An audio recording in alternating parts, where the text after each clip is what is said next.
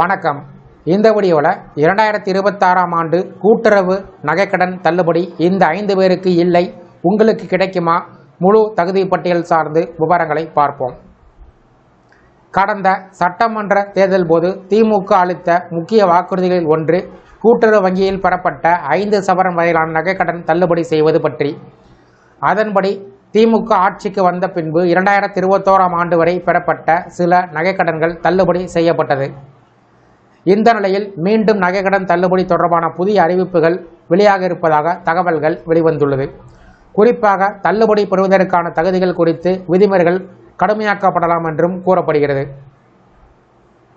அரசு ஊழியர்கள் மற்றும் அவர்களின் குடும்பத்தினருக்கு இந்த சலுகை வழங்கப்படாது.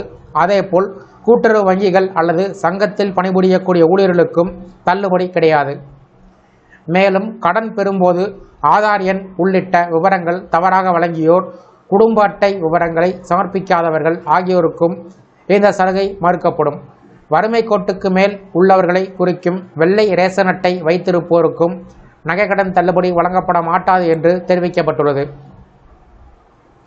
இந்த நேரத்தில் கருப்பு பட்டியல் என்ற புதிய நடைமுறை பற்றியும் தகவல்கள் வெளிவந்துள்ளது. தேர்தலை முன்னிட்டு தள்ளுபடி எதிர்பார்த்து ஒரே நபர் பல வங்கியில் அல்லது ஒரே வங்கியில் பல முறை நகைக்கடன் பெறுவதை தடுக்கும் வகையில் அந்த வகையை சேர்ந்தோரை அடையாளம் கண்டு கருப்பு பட்டியலில் சேர்க்க திட்டமிடப்பட்டுள்ளது. ஆதார் மற்றும் பான் கார்டு விவரங்கள் கணினிமயமாக இணைக்கப்பட்டிருப்பதால் போலியான கடன் பெறுதல்கள் எளிதில் கண்டறியப்படும் என்று அதிகாரிகள் தெரிவிக்கிறார்கள்.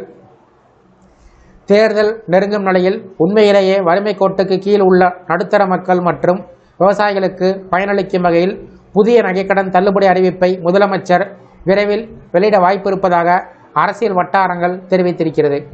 இதனால் தகுதியான பயனாளிகள் யார் என்ற எதிர்பார்ப்பு அதிகரித்திருப்பது குறிப்பிடத்தக்கது. இந்த வீடியோ குறித்த உங்களுடைய கருத்துக்களை கமெண்ட் செக்ஷனில் கமெண்ட் பண்ணுங்கள். இந்த வீடியோ பிடிச்சிருந்தா வீடியோக்கு லைக் பண்ணுங்கள். நன்றி.